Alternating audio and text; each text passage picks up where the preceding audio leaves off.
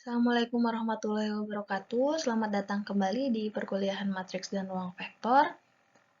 Kita masih membahas bab 4 vektor di Rn.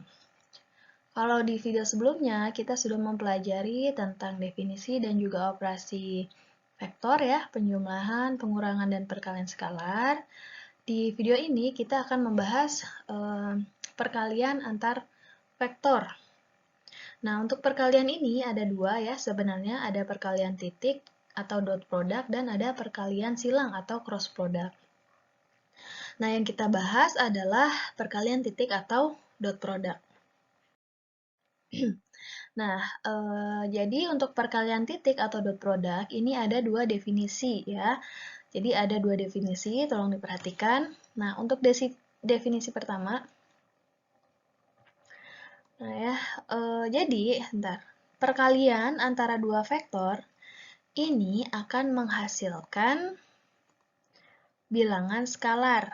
Ya, jadi perkalian vektor ini akan menghasilkan bilangan skalar, bukan vektor lagi ya, tapi dia menghasilkan bilangan skalar. Khususnya ini untuk dot product ya, sekali lagi untuk perkalian titik, ini menghasilkan bilangan skalar, yaitu ya bilangan real. Nah, definisi pertamanya, misalnya kita punya dua vektor nih, ada vektor A dan vektor B.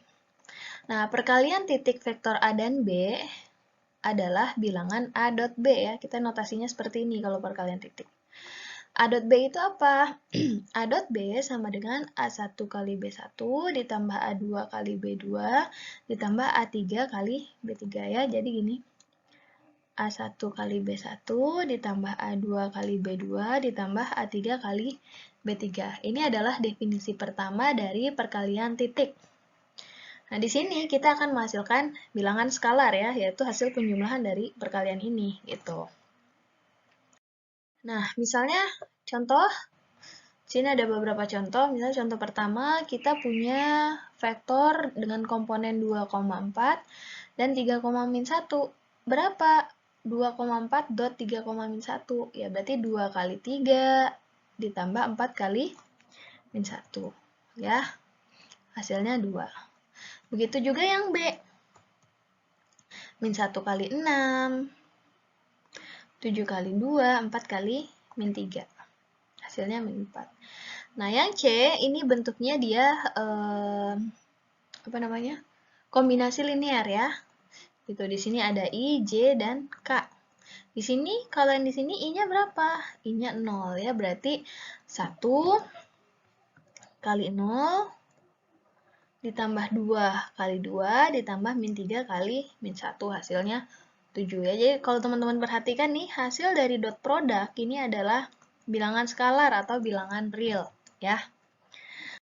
Itulah beberapa teorema bahwa A dot A ya, kalau teman-teman buktikan ya, vektor A dikali titik dengan vektor A akan menghasilkan panjang A dikuadratkan. A dot B sama dengan B dot A ya. Kemudian A dot B plus C ini akan sama dengan A dot B ditambah dengan A dot C. Ini ya.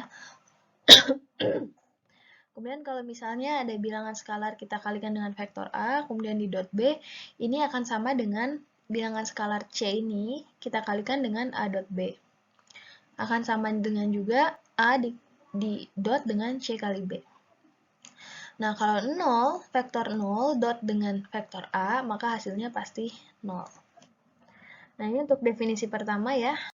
Definisi kedua, jadi kalau misalnya kita punya dua vektor, kemudian pangkal dua vektor ini kita himpitkan, maka akan membentuk sudut kan, gitu. Nah, sehingga jika theta ini adalah sudut antara vektor A dan B, maka A dot B adalah panjang A kali panjang B kali cos theta. Dengan theta 0 sampai pi, gitu ya. Pi besar sama dengan 0, kurang dari sama dengan pi. Ini untuk definisi kedua ya, A dot B sama dengan panjang A kali panjang B dikali cos theta. Contoh, nah, jika vektor A dan B ini masing-masing memiliki panjang 4 dan 6, berarti panjang A itu 4, panjang B-nya 6, serta sudut antara mereka adalah pi per 3, tentukan A dot B. Nah, kita bisa gunakan definisi kedua. A dot B sama dengan panjang A kali panjang B kali cos theta, di mana tetanya berarti pi per 3. Ya udah, panjangnya 4 nih A-nya, panjang B-nya 6. Cos pi per 3 adalah setengah, sehingga A dot B sama dengan 12. Sehingga dari definisi kedua, kita juga bisa menghitung sudut antara dua vektor tak nol ya, dengan cara menulis formula berikut. Jadi kalau tadi kan A dot B itu sama dengan panjang A kali panjang B kali cos theta ya. Nah, berarti cos theta sama dengan A dot B dibagi panjang A kali panjang B kan? Nah, sehingga berarti kita bisa menghitung sudut nih dari sini. Sudut yang dibentuk antara dua vektor ya, vektor A dan vektor B.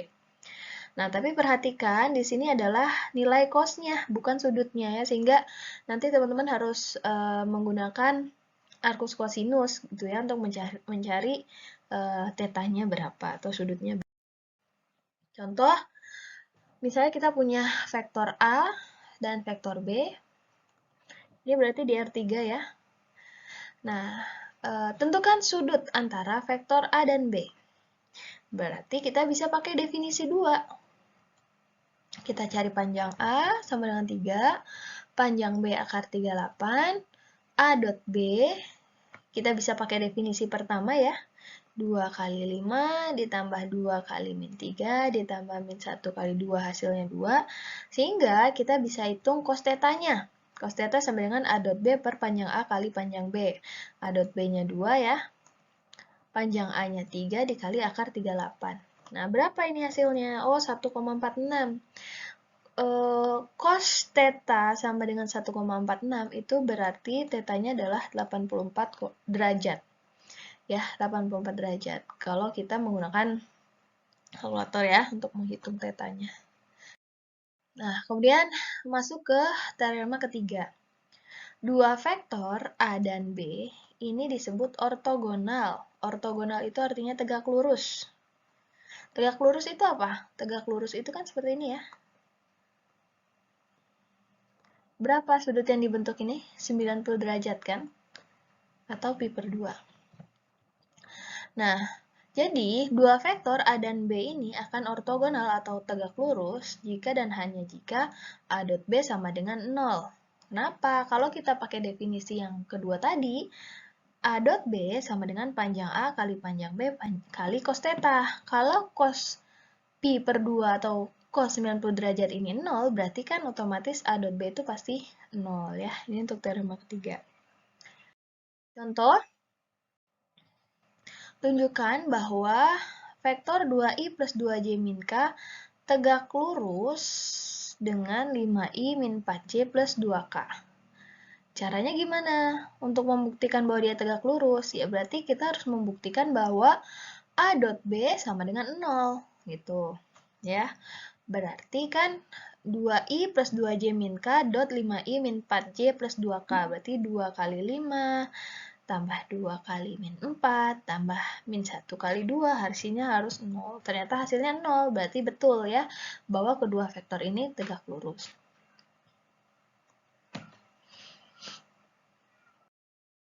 Nah, tadi di awal saya sudah sampaikan bahwa kalau kita punya dua vektor, kemudian titik awal kedua vektor ini kita himpitkan, maka pasti akan membentuk sudut.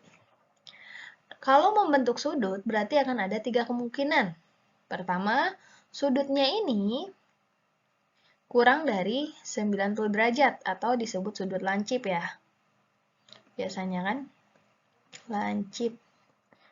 Kurang dari 90 derajat. Terus,